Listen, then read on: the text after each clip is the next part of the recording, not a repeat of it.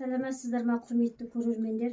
Мен бүгін сіздерге осындай әдемі сәнді көрпешені құрап көрсеткім келіп отыр. Осы менімен бірге құрап үйренсеңіздер болады.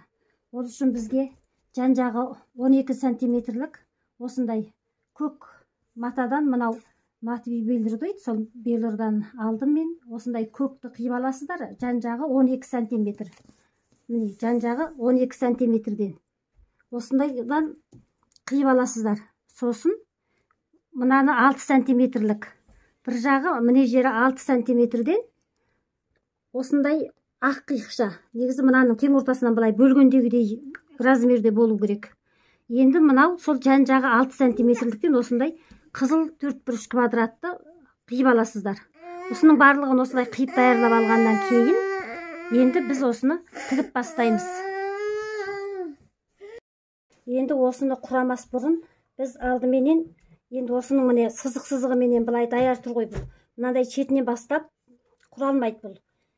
Бұны біз құрау үшін міне мынаның бір шаршысын тауып аламыз, міне былай қарай келтіріп, мына шаршы, бір шаршы болу керек қой бізге. Мына алдымен осындай шаршысын құрап аламыз, міне. Осындай шаршы болып тұрады мына.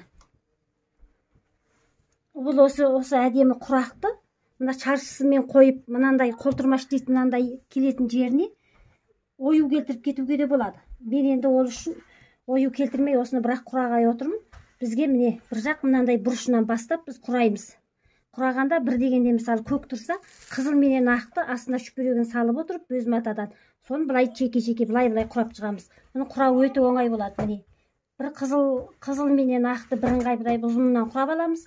Көк пенен ақты бір қалай осылай құрап шетінен қуалап құрап отырамыз. Сонда көрпешеміз ешбір қисаймай дұп-дұрыс болып шығып келеді.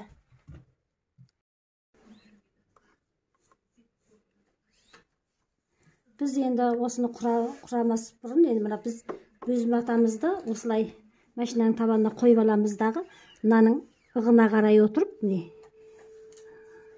осының ығына қарап отырып, бірыңғай болу керек ығы матаның. Осыны бүйтіп отырып, міне қойып мынаның үстінен қабаттап былай тігіп жалғап отырамыз.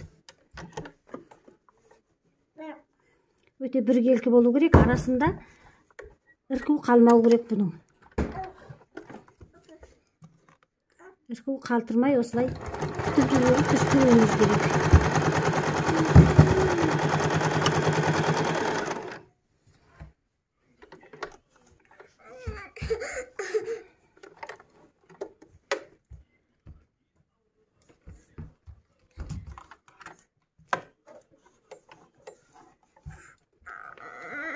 Біз екінші матамызды осы мына арасынан былай түп-түзу қылып отырып, екінші матамызды қоямыз, міне. Бұға бірыңғай болып тұру керек. Осыны үстінен былай қойып жалғап тіге береміз енді. Біздің матамыздың астында ірку қалмаса болды. Соған мән беруіміз керек бастысы.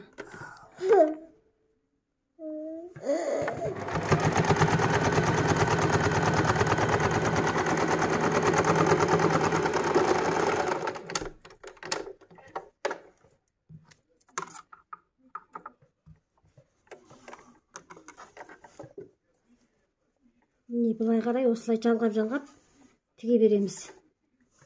Бастысы мына маталарымыз іркусіз дұрыс тұру керек. Осылай.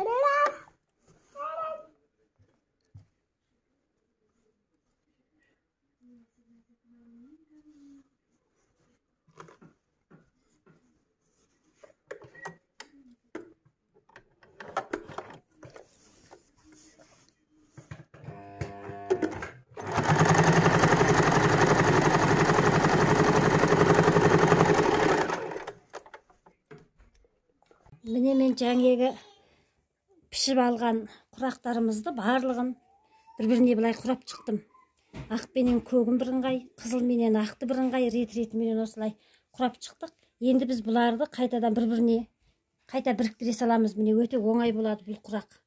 Сіздерге менің құрағым ұнап жатса, тіркеліп кетіңіздер. Бұл өте әдемі құрақ болып шығады. Міне енді мен осыларды осылай бір-біріне қайтадан қосып шығамын.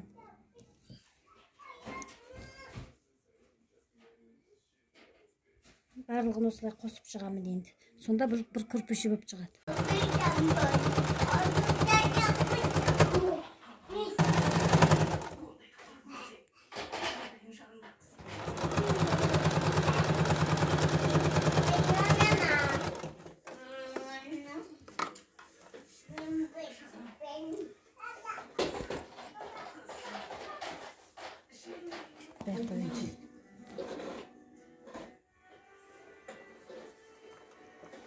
Осылай барлық бөлшектерді бір-біріне құрап шығамыз.